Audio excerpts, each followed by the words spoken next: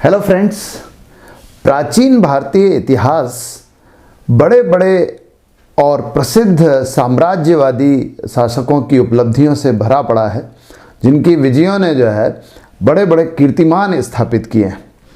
और इन्हीं शासकों में से एक बहुत महत्वपूर्ण शासक है समुद्रगुप्त। वैसे तो गुप्त काल के सभी शासक जो है वो बड़े प्रतापी और शौर्यवान रहे हैं, लेकिन समुद्रगुप्त जो है वो विशेष तौर पर अपनी विजयों के लिए जाने जाते हैं। तो आज का हमारा जो विषय होगा वो समुद्रगुप्त पर ही होगा। और आप देख रहे हैं शिखर ICS channel for educational videos और मैं हूं आपका फ्रेंड सुनील सिंह। तो आज हम पढ़ेंगे समुद्रगुप्त और उनकी उपलब्धियां। समुद्रगुप्त से संबंधित अलग अलग चीज़ें हम पढ़ेंगे। मैं कल भी बता चुका था कि अब हम जो है कुछ ऐसे टॉपिक शुरू कर रहे हैं जो प्रीलिम्स से पर ज़्यादा केंद्रित होंगे। मेंस में भी काम आएंगे, लेकिन प्रीलिम्स पर ज़्यादा केंद्रित होंगे। तो इसी तरह से इसी एंगल से हम समुद्रगुप्त को पढ़ रहे हैं और यहाँ पर भी हमारा जो ध्यान होगा वो फैक्चुअल चीज़ों पर ज़्यादा होगा। तो एक तो हम समुद्रगुप्त के स्रोत पढ़ेंगे कि समुद्रगुप्त की जानकारी हमें कहाँ कहाँ से मिलती है। देखिए, प्राचीन भारतीय इतिहास जो है वो चूँकि उतना स्पष्ट नहीं है, वहाँ के जो एविडेंसेस है, वहाँ के जो प्रमाण हैं वो उतने सुप्राप्य नहीं है, इजीली अवेलेबल नहीं है।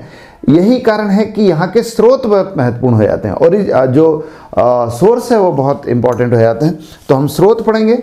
दूसरा, थोड़ा सा समुद्रगुप्त का जीवन पढ़ेंगे, समुद्रगुप्त की विजयें पढ़ेंगे, विक्ट्रीज पढ़ेंगे, और इसके बाद हम पढ़ेंगे समुद्रगुप्त की कुछ अन्य उपलब्धियां जो है वो पढ़ेंगे।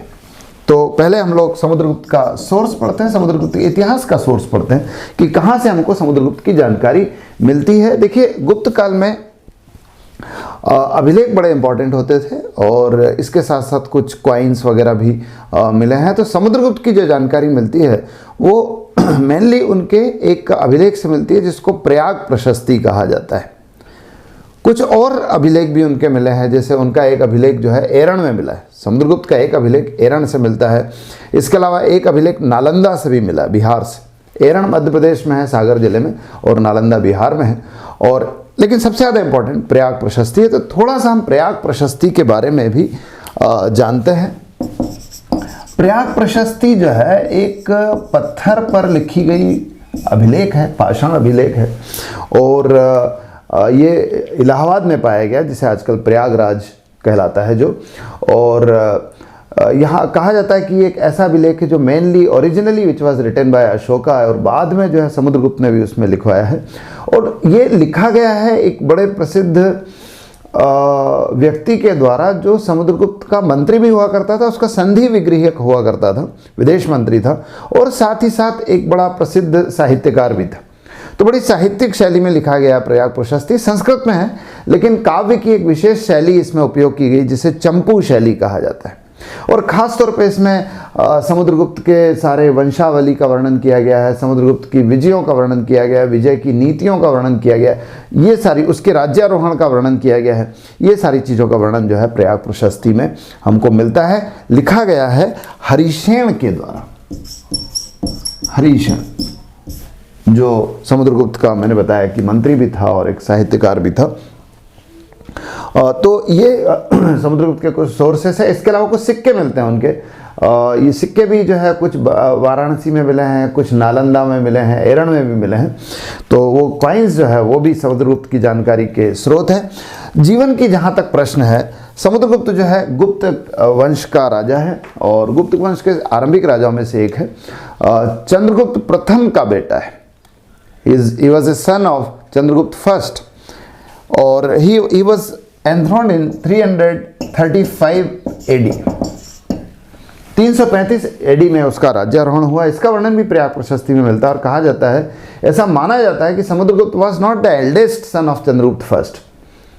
चंद्रगुप्त प्रथम का सबसे बड़ा बेटा नहीं था। जैसा कि नियम होता है कि ज्येष्ठ पुत्र जो है वो राजा बनता है, possibly because of his abilities, उसके अपनी जो पोटेंशियल था उसको देख के जो है चंद्रगुप्त प्रथम ने उसको राजा बनाया। और इसका वर्णन मिलता है प्रयाग प्रशस्ति में कि उसके जो दूसरे भाई थे उन्होंने इससे ईर्ष्या का अनुभव किया।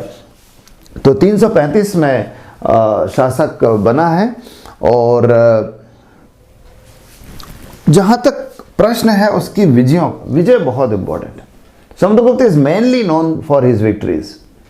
तो बड़ी विजय हैं, तो उसको हम अलग अलग चरणबद्ध रूप से पढ़ लेते हैं। समुद्रगुप्त की आरंभिक विजय जो है वो उत्तर भारत के 3 राज्यों के विरुद्ध थी।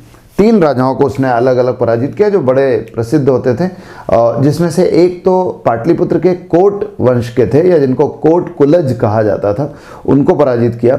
एक पद्मावती यानी ग्वालियर के जो है नाग वंश का राजा था, उसको पराजित किया। इसके अलावा एक अहिच्छत्र, उत्तर प्रदेश में जो बरेली वाला क्षेत्र है उसे अहिच्छत्र कहा जाता था, तो अहिच्छत्र के राजा था एक अच्युत नाग, उसे पराजित किया।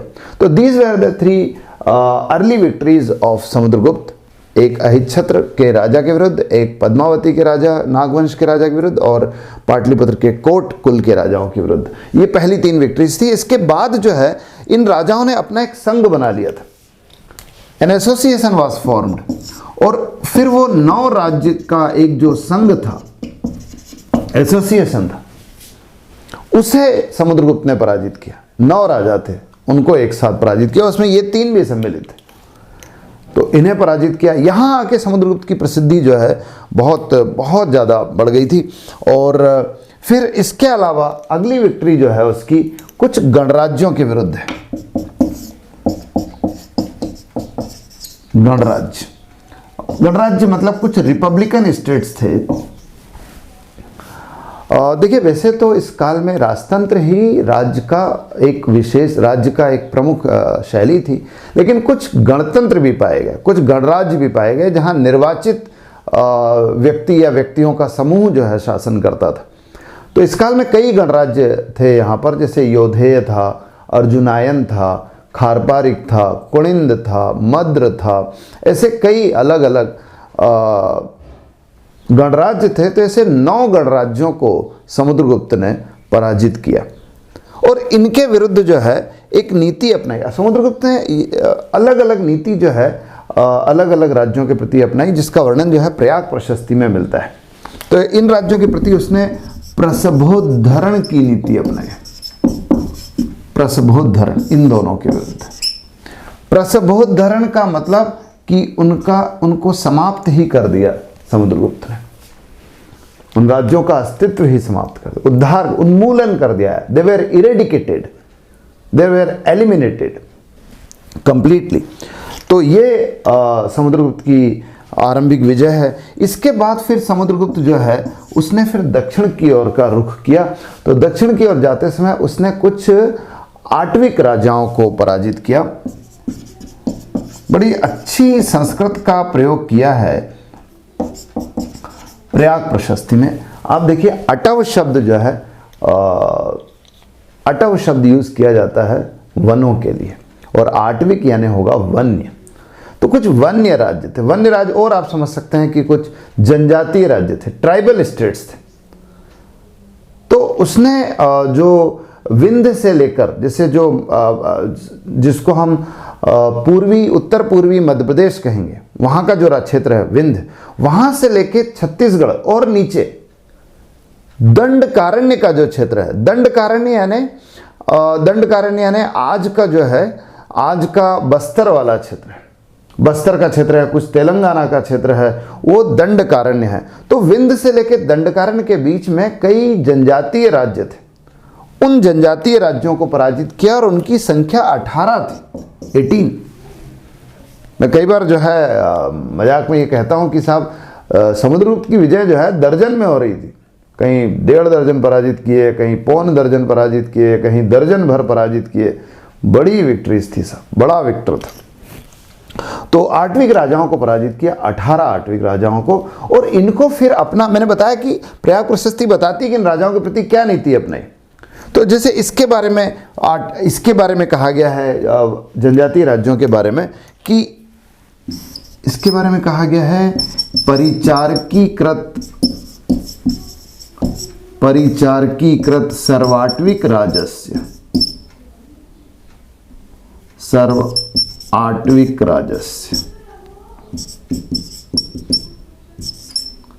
परिचारकीकृत सर्व आटविक राजस्य यानी सभी आटविक राजाओं को अपना परिचारक बनाया। परिचारक यानी नौकर बनाया, जिन्होंने आगे की विजयों के लिए मार्ग दिखाया, आगे उसके परिचारक बन के चले अगली विजयों के लिए। तो ये आटविक राजाओं के प्रति नीति थी। और फिर उसने दक्षिण भारत के राज्यों को पराजित किया। दक्षिणावर्त की विजय। ध्यान दीजिए कि समुद्रगुप्त भारतीय इतिहास का पहला ऐसा शासक है जिसने नर्मदा पार करके दक्षिण भारत के राज्यों पर आक्रमण किया और सफलतापूर्वक आक्रमण किया। और यहां पर भी उसने एक दो नहीं बल्कि अलग अलग करके 12 राजाओं को पराजित किया, जिसमें कौशल का महेंद्र था, एक पिष्टपुर जो वेंगी का राज्य है वहां का पिष्टपुर का महेंद्र था, एक धनंजय था कौशल राज्य का, और इसके अलावा कुस्थलपुर का था धनंजय। इसके अलावा कांची में विष्णु गोप नाम का राजा था। ऐसे 12 राजाओं को उसने दक्षिण भारत में पराजित किया। तो ये समुद्रगुप्त की एक विजय है। इसके अलावा समुद्रगुप्त जब वापस लौटता है, अच्छा दक्षिण भारत के प्रति समुद्रगुप्त की एक नीति बड़ी इंपॉर्टेंट है। दक्षिण भारत के प्रति समुद्रगुप्त ने एक बड़ी मजेदार नीति अपनाई कि उसने इन राज्यों को विजय के बावजूद, despite of these states were completely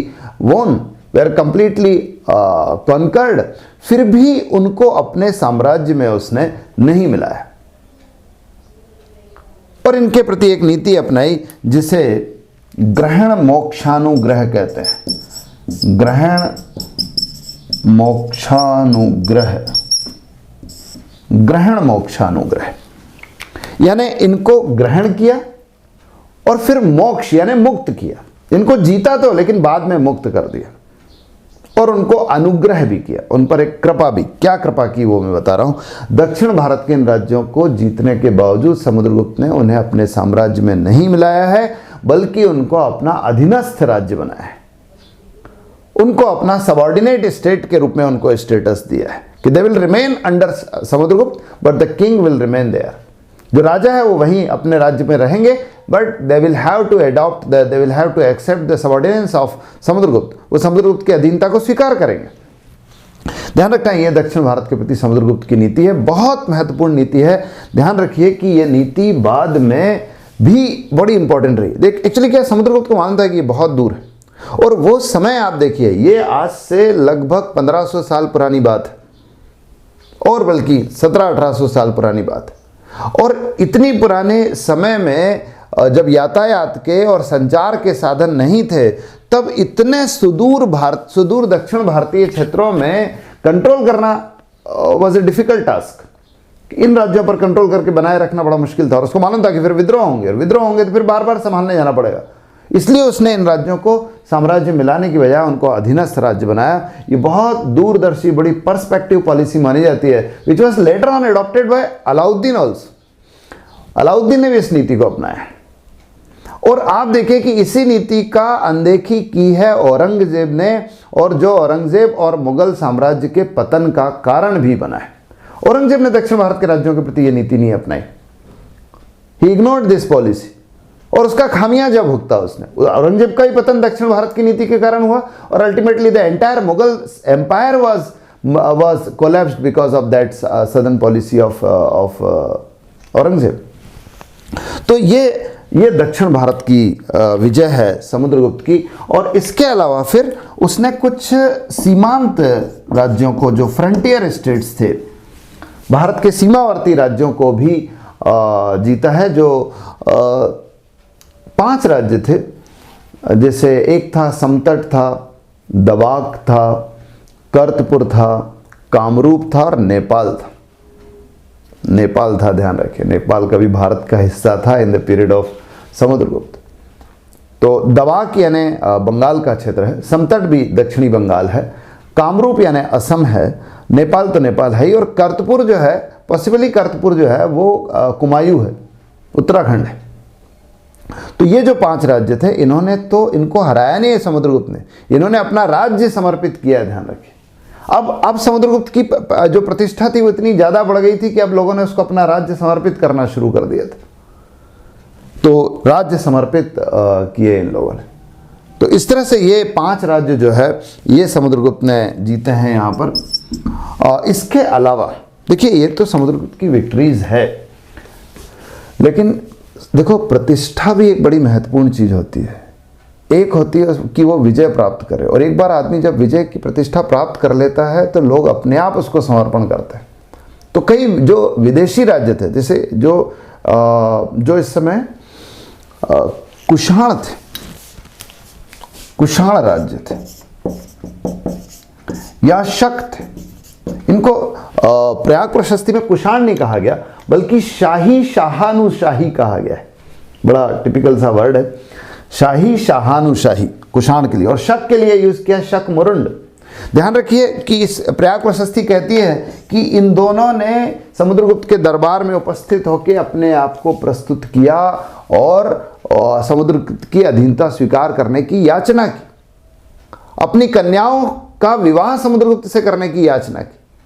Prayag प्रशस्ति कहती है कि शाही शाहानुशाही और शक मुरुंड ने जो नीति अपनाई वो थी गरुत मंदक आत्मनिवेदन कन्योपायन।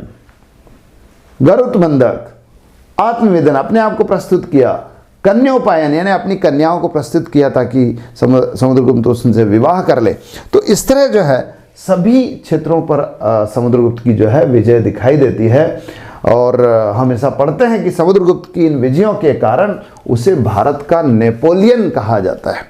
Samudragupta is called to be the Napoleon of India. ऐसा एक V.A. स्मिथ नाम के, विंसेंट एडम स्मिथ नाम के एक अंग्रेज इतिहासकार है जिन्होंने कहा है कि समुद्रगुप्त जो है वो भारत का नेपोलियन है। लेकिन I strongly object this statement, मुझे ये ठीक नहीं लगता, हमेशा क्लास में इसका विरोध करता हूँ। देखिए समुद्रगुप्त और नेपोलियन जो है उसकी तुलना नहीं हो सकती, क्योंकि समुद्रगुप्त जो है वो नेपोलियन से बहुत आगे है। नेपोलियन जो है वो उसकी विजय जो है एक ऐसे समय थी जब तकनीकी बहुत आगे थी, जब अर्थशास्त्र बहुत आगे बढ़ गया था, अर्थव्यवस्था काफ़ी आगे बढ़ गई थी, और उसके काफ़ी पहले समुद्रगुप्त ने यह विजय प्राप्त की है।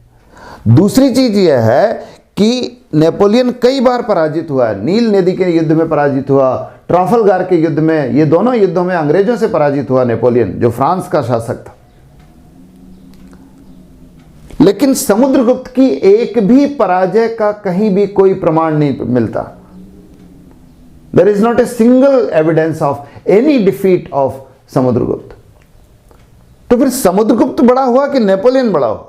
और अगर ऐसा है तो नेपोलियन फ्रांस का समुद्रगुप्त होना चाहिए, समुद्रगुप्त भारत का नेपोलियन नहीं होना चाहिए। बहरहाल किताबों में तो यही कहा गया है, चूंकि अंग्रेजों ने इतिहास पहले लिखा इसलिए उन्होंने अपने तरीके से तुलना की और कहा कि नेपोलियन समुद्रगुप्त जो है वो भारत का नेपोलियन है। मेरे हिसाब से तो उल्टा होना चाहिए कि नेपोलियन जो है वो फ्रांस का समुद्रगुप्त होना चाहिए, अगर तुलना हो तो ऐसी होनी चाहिए। खैर, ये समुद्रगुप्त की विजय हैं।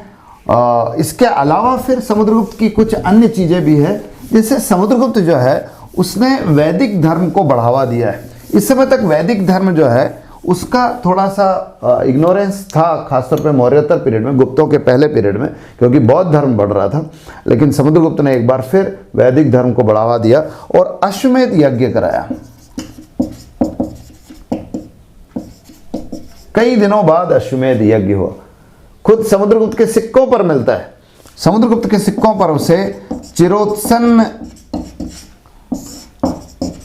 अश्वमेध हर्तु कहा गया है। चिरोत्सन्न अश्वमेध हर्तु, कई वर्षों से जिसे भुला दिया गया है, लंबे समय से जिसे भुला दिया गया है, ऐसे अश्वमेध यज्ञ को करने वाला समुद्रगुप्त। तो ये भी समुद्रगुप्त के बारे में पता चलता है। इसके अलावा ये भी कि समुद्रगुप्त जो है वो एक शायद अच्छा वीणा वादक था, क्योंकि इसके सिक्कों पर अक्सर उसे वीणा बजाते हुए दिखाया गया है। उसे उसके सिक्के मिलते हैं, सिक्कों पे कई जगह उसे शिकार करते हुए दिखाई देता है, हंटिंग करते हुए दिखाई देता है, बाघ का शिकार करते हुए दिखाई देता है। इसी कारण उसने व्याघ्र पराक्रमांक की उपाधि भी धारण की थी। तो ये ऐसी अलग अलग उपलब्धियां हैं समुद्रगुप्त की। तो इस तरह से आप देख सकते हैं कि समुद्रगुप्त भारतीय इतिहास का सबसे बड़ा विजेता और गुप्त साम्राज्य की नींव रखने वाला व्यक्ति था।